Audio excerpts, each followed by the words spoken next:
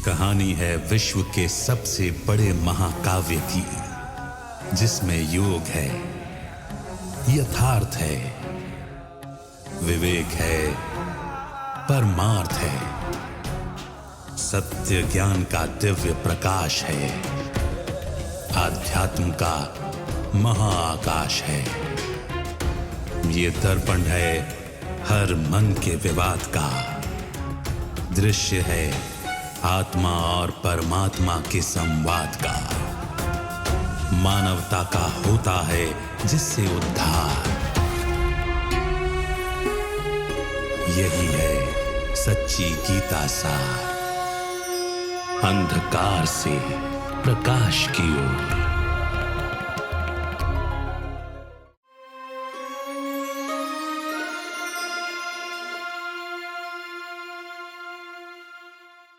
नमस्कार। अंधकार से प्रकाश की ओर सच्ची गीता सार इस कार्यक्रम में आप सभी का स्वागत है। परमात्मा क्या करते हैं, इसको गीता बड़े ही स्पष्ट शब्दों से समझाती है। यदा यदा हि धर्मस्य ग्लानिर्भवति भारत, अभ्युत्थानाम धर्मस्य तदात्मानाम सृजाम्यहम्। यानी धर्म की पुनर्स्थापना के लिए परमात्मा आते हैं, अधर्मों का विनाश के लिए आते हैं। अब परमात्मा ये कर्तव्य करते हैं, बट इस कर्तव्य को हमें सही तरीके से समझने की भी तो आवश्यकता है। हम ये जो मान्यता रखते हैं कि परमात्मा सर्वशक्तिमान है, तो वो सब कुछ करते हैं, सब कुछ उसका ही किया हुआ है, ये सही धारणा नहीं है। इस बात की समझ आई है हमें, बट परमात्मा के दिव्य कर्तव्यों को हम सही तरीके से समझें, ये भी आवश्यक है। आज की इस कड़ी में इसी विषय पर हम चर्चा करते हैं। हमारे साथ स्टूडियो में ब्रह्मा कुमार ब्रजमोहन भाई हैं। भाई साहब, आपका स्वागत है। ओम शांति। ये बात तो हमने समझ ली कि परमात्मा एक अनराइटियस वर्ल्ड को एक राइटियस वर्ल्ड में बदल देते हैं, और परमात्मा का यही एक ऐसा काम है जो कोई भी मनुष्य नहीं कर सकता, और ये सिर्फ परमात्मा ही करते हैं, इसलिए उन्हें दिव्य कर्तव्य हम कहते हैं। ये जो पुरानी दुनिया है, इसको बदलने की ज़रूरत पड़ती है कि भाई अब ये बियॉन्ड रिपेयर हो जाता है, तो परमात्मा फिर से नए सृष्टि की स्थापना करते हैं। अब एक नए विश्व की स्थापना गीता का भगवान करते हैं, ये हम सुनते आए हैं, बट वो कैसे करते हैं इसे समझना भी बहुत ज़रूरी है। देखिए, जैसे हम इस बात पे आए हैं, कोई करने वाला चाहिए विश्व परिवर्तन, और वो परमात्मा है, क्योंकि अन्य कोई कर नहीं सकता। अन्य क्या करते रहे हैं कि पुराने विश्व को थोड़ा समाते रहे और चल जाए, प्रोलॉन्ग करते रहे।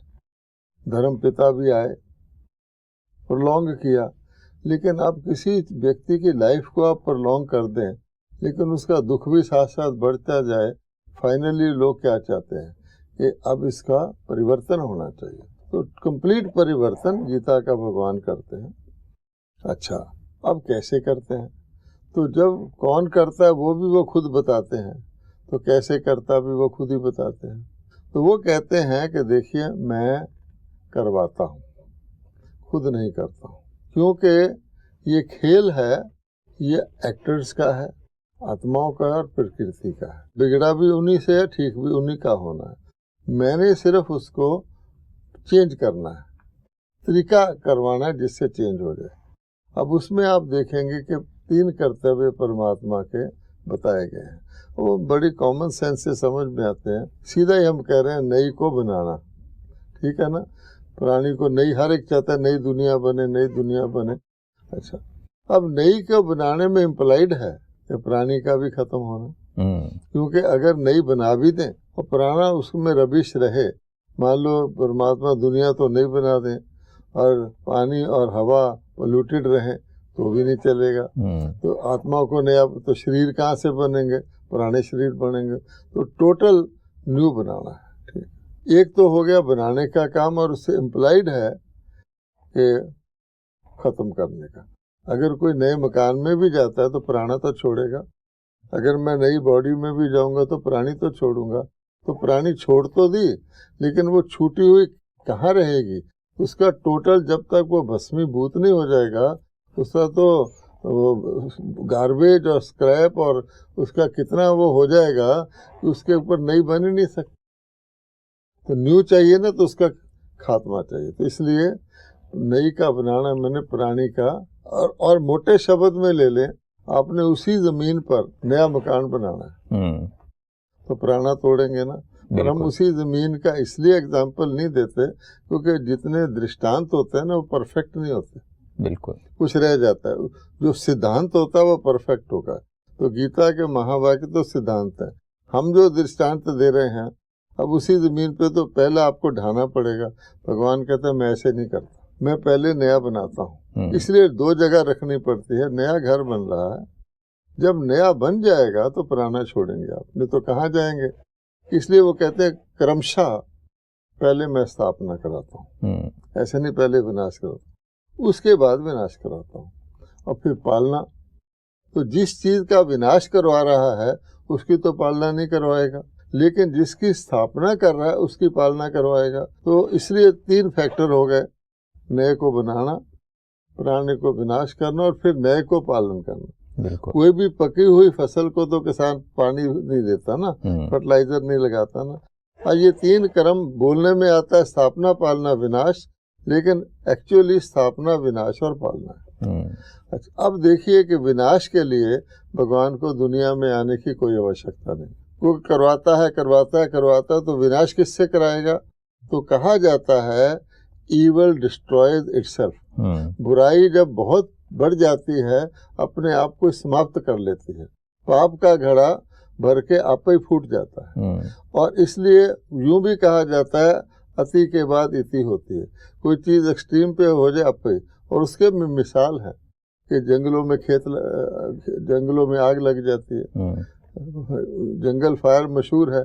अपने आप को कई ऐसे पेड़ हैं अपने आप को डिस्ट्रॉय कर लेते हैं, कि ऐसे पंछियों के लिए भी बताया जाता है। तो कहने का भाव ये है कोई चीज जब अपनी आयु को कंप्लीट कर ली तो आप ही विनष्ट हो जाती है। अच्छा, उसके लिए जरूरत नहीं है। और पालना अभी हो ही नहीं सकती क्योंकि जब तक भगवान उसकी स्थापना न करे। तो पालना इस फ्यूचरिस्टिक कायदे अनुसार पहले स्थापना, फिर विनाश, फिर पालना। अब भगवत गीता के एपिसोड को सामने लाएं तो भगवान कहता है महाभारत का काम क्या है? विनाश। और गीता का काम क्या है? स्थापना। अब गीता सुनाने के लिए उनको खुद आना पड़ेगा, ठीक है ना, क्योंकि वो करवाता है लेकिन गीता भी किसी माध्यम से सुनाता है। वो कहते मेरा तो शरीर नहीं है, मैं गीता सुनाऊं भी तो आत्मा सुनेगी कैसे, मैं सुनाऊंगा कैसे? इसलिए ये सारी बात आती है कि भगवान को अवतरित होना पड़ता है। नहीं तो कह देते ना सर्वशक्तिवान है, ऊपर से क्यों नहीं कर देता? ऊपर से गीता कैसे सुनाएगा?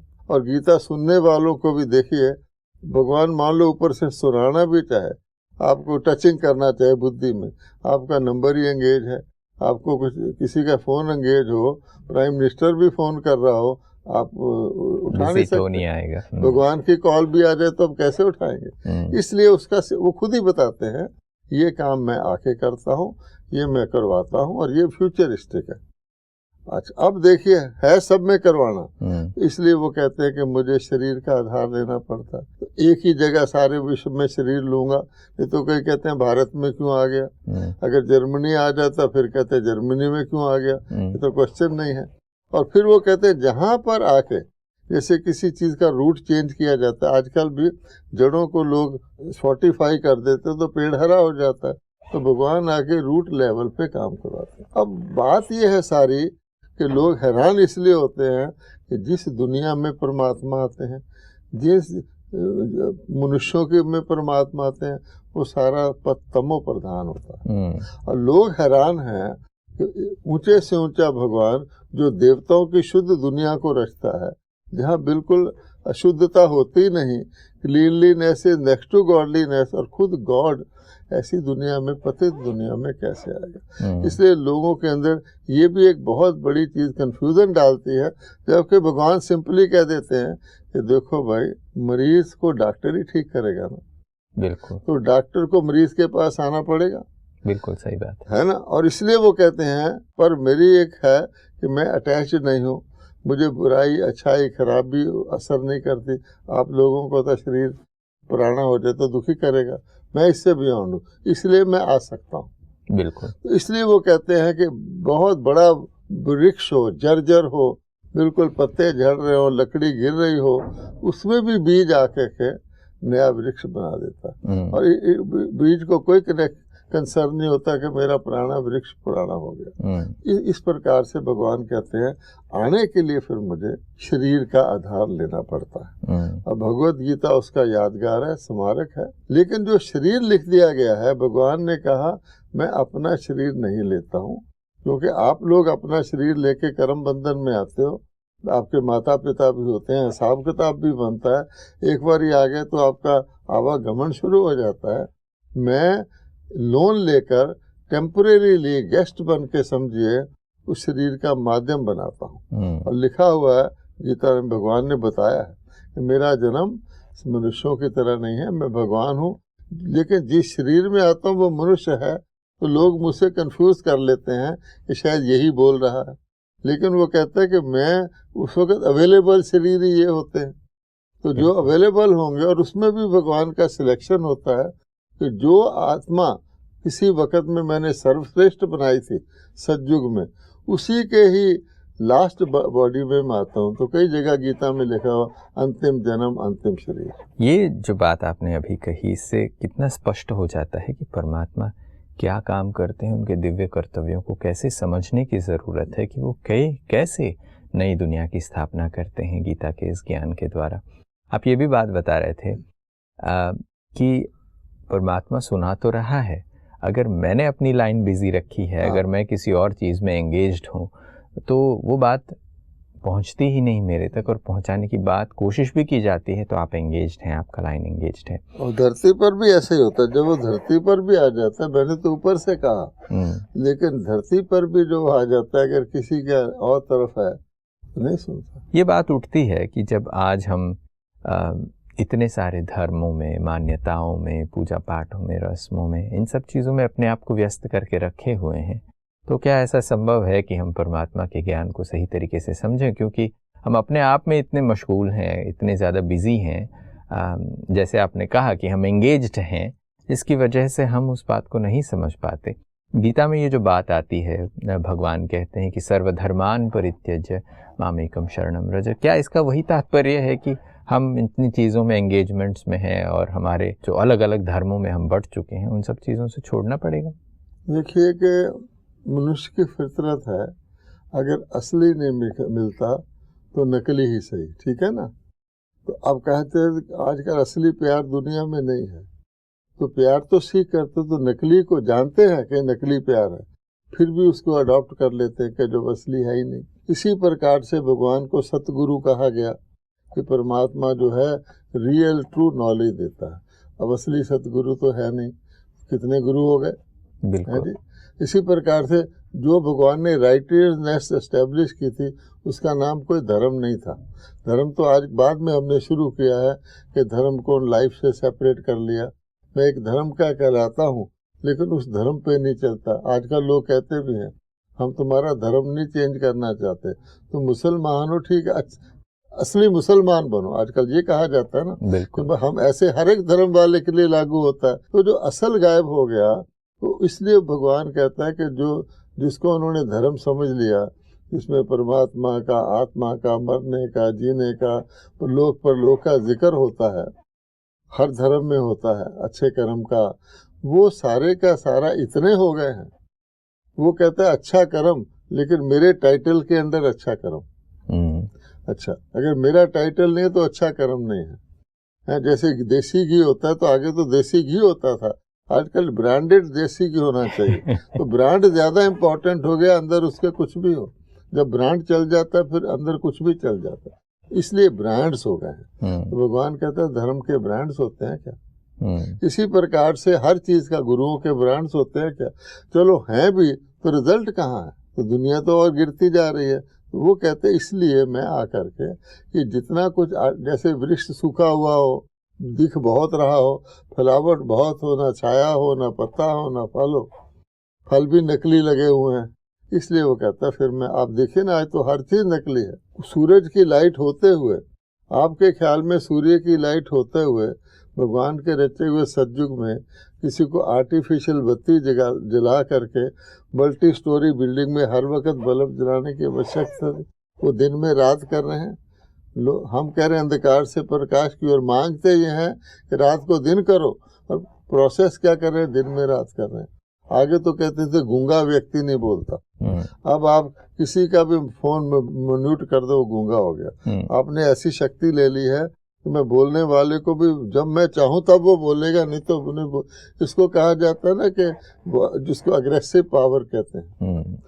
एक होती है बेनेवलेंट पावर और एक होती है दूसरी तरह की, वो है।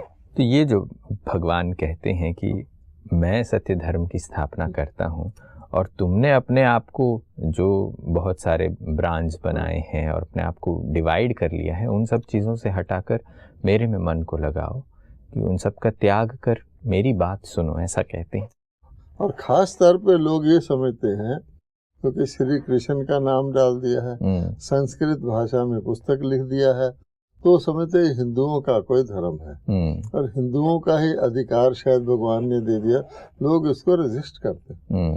भगवान कहते हैं जब मैं आता हूँ सारे विश्व की आत्माओं को ऑफर करता हूँ, कोई भी आत्मा हो वो मेरा ज्ञान सुनती है, और जब वो सुन के धारण करती है तो वो उन्हीं को कहा जाता है राइटियस वर्ड। तो राइटियस वर्ड में कोई भी जा सकता है। जैसे आप ये बात कह रहे थे कि राइटियस वर्ल्ड में कोई भी जा सकता है, परमात्मा यही बात कहते हैं, किसी धर्म विशेष की बात नहीं है। मैं सभी का पिता होने के नाते, सभी आत्माएं हैं उनका मैं परमात्मा पिता हूँ, तो मैं सभी के लिए बात कहता हूँ। आप ये भी बात कह रहे थे कि आप वृक्ष का उदाहरण दे रहे थे कि एक पुराने वृक्ष के बाद नए वृक्ष के बीच में जो परिवर्तन होता है, ऐसे ही इस पुरानी दुनिया का और नई दुनिया के बीच में जो कालांतर है, इसे समझना थोड़ा बहुत ज़रूरी है। क्योंकि जैसे आप कह रहे थे कि परमात्मा का दिव्य कर्तव्य यही है कि इस पुरानी को नया कर देते हैं, वो परिवर्तन का कार्य करते हैं। तो जो वृक्ष का आप उदाहरण दे रहे थे, तो उसमें फिर से बीज नए वृक्ष को कैसे जन्म देता है, ये कैसा कालांतर है, ये समझ हमें स्पष्ट करें। परमात्मा ने जो ओरिजिनल कर्तव्य किया डिवाइन, उसके आधार पर ही जितना सारा नाटक बाकी चलता है उसमें उसी से कुछ ना कुछ लिया हुआ दिखाई देता है। चाहे वो प्रकृति में हो, चाहे पुरुषों में हो, चाहे सागर में हो, चाहे मौसम में हो। तो ये जो हम वृक्ष का मिसाल भी देते हैं, ये कोई परफेक्ट नहीं है। दिखता तो है कि एक आम के बीज से आम पैदा हो गया पेड़, उसी तरह का। पहला क्वेश्चन ये है ओरिजिनल बीज कहाँ से आए थे। किसी ने सोचा कि अगर मैंगो ट्री है या एप्पल ट्री है, ये तो ठीक है कि ट्री से बीज निकल आया, लेकिन ओरिजिनल बीज कहाँ से आया था? क्या किसी ने बनाया था? क्या किसी ने, जो आजकल के एग्रीकल्चर साइंटिस्ट जोड़ तोड़ के करते रहते हैं कि संतरे को उससे मिला दो, नई दैट इज नथिंग। ओरिजिनल कहाँ से आया था? इसी प्रकार से आत्मा है जो ओरिजिनल बीज है। भगवान कहता है मैं ओरिजिन बताता हूँ। और एक खास बात है कि ये जो परमात्मा का रचा हुआ वृक्ष है ये आइडेंटिकल है, यानी उसने जिस प्रकार से रचा था उसी हर चीज हूबहू है। अन्य किसी चीज में with in the drama identical नहीं है। देखने में आम का पेड़ वैसे वैसा होगा, लेकिन धरती बदल जाएगी, मौसम बदल जाएगा, स्थान बदल जाएगा, एग्जैक्ट उसकी रूपरेखा बदल जाएगी। ऐसा नहीं कि अगले पेड़ में उसी प्रकार की टालियां हों। अगर उसमें पानी गदरा दे दिया गया तो उसका फल का भी क्वालिटी बदल जाएगी, वगैरह वगैरह। तो कहने का भाव ये बहुत बेसिक बात है जिसको हम ओरिजिन कहते हैं। तो भगवान ये समझाता है कि इसका ओरिजिन नहीं है। नहीं तो लोग कहने लग जाएंगे भगवान का ओरिजिन क्या है। वो समझाते हैं क्योंकि किसी व्यक्ति के दिमाग में नहीं भी आता ऐसे कैसे हो सकता है। अगर परमात्मा का ओरिजिन नहीं है तो परमात्मा की जो ओरिजिनल रचना है उसका भी ओरिजिन नहीं होगा।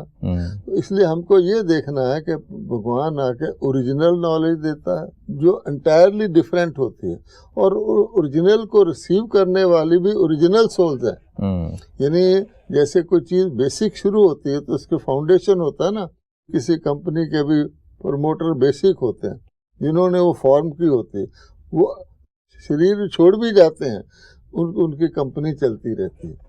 तो उस प्रकार से भगवान कहता है कि ऐसा सिस्टम है कि मैं आकर के उन्हीं आत्माओं को जो सारा चक्कर लगा के आवागमन में करते आज जिस वक्त वो आते हैं उस वक्त वो बिल्कुल उनका रूप रंग बदला होता है, नाम भी बदला दे, टोटली डिफरेंट, क्योंकि वो तो सतोगुण से तमोगुण में आ चुकी होती, पहचानी भी नहीं जाती, लेकिन वो पहचानता है। वो उनको लेकर तो ये जो नॉलेज भी वो देता है वो उन्हीं के लिए है। वैसे तो हम ऑफर सबको किया जाता है, बिल्कुल, लेकिन जैसे ऑफर सबको किया जाता है, मान लो आप डायमंड मर्चेंट हैं, आप एग्जीबिशन करते हैं, सबके आगे बड़े बड़े डायमंड दिखाते हैं, लोग अप्रिशिएट करेंगे, लेगा कौन? वही होगा जो उसका ग्राहक होगा, इस तरह से। तो ये पुराने कल्प के नए कल्प के दोनों के बीच का एक समय है, एक कालांतर है, जहाँ पर ये दोनों मीटिंग होती है, जहाँ से ये फिर से उस परमानेंस में एक नए क्रम में आती है। ये साइकिलिकल है, ये हमको समझना पड़ेगा। और कोई भी चीज अनादि हो, अविनाशी हो, एटर्नल हो, वो साइकिलिकल होनी ही है। जैसे दिन रात है, कोई पूछे दुनिया दिन से शुरू हुई थी या रात से। बीज और वृक्ष है, कोई पूछे ये चक्कर वृक्ष से शुरू होता है या बीज से। जैसे परमात्मा अनादि है, और एक बिंदी भी जो है उसको आप एक्सपेंड करेंगे तो उसका सर्कल बन जाएगा। जितनी मर्जी एक्सपेंड कर लो, उसको कॉन्ट्रैक्ट करेंगे, बिंदी बन जाएगी, और उस सर्कल को घुमा दें तो साइकिलिकल बन जाएगा। इस प्रकार का ये दुनिया का चक्कर। बहुत ही खूबसूरत चर्चा कर रहे थे, मगर समय को देखते हुए यहीं विराम लेना पड़ेगा। आगे की कड़ियों में और बातचीत जारी रखेंगे। आज आप स्टूडियो में आए, इसके लिए आपको बहुत बहुत धन्यवाद। नमस्कार। ओम शांति। दोस्तों, आज अंधकार से प्रकाश की ओर सच्ची गीता सार में हमने बहुत स्पष्टता से ये समझा कि परमात्मा का काम क्या है। परमात्मा अनादि अविनाशी हैं, तो उनकी रचना भी ऐसे ही है। सृष्टि का ये रंगमंच हमेशा चलता रहता है, मगर इसमें परिवर्तन होता है। जब चीज़ें अत्यंत बिगड़ जाएं, जब इररिपेरेबल हो जाएं, तो परमात्मा आकर पूर्ण रूपेण इसका परिवर्तन करते हैं। और परमात्मा के इस दिव्य कर्तव्य को गीता बहुत स्पष्टता से समझाती है। आज हमने सृष्टि के इन नियमों को भी बहुत अच्छी तरीके से समझा है। आज की कड़ी में बस इतना ही, फिर अगले एपिसोड में मुलाकात करेंगे। तब तक के लिए नमस्कार।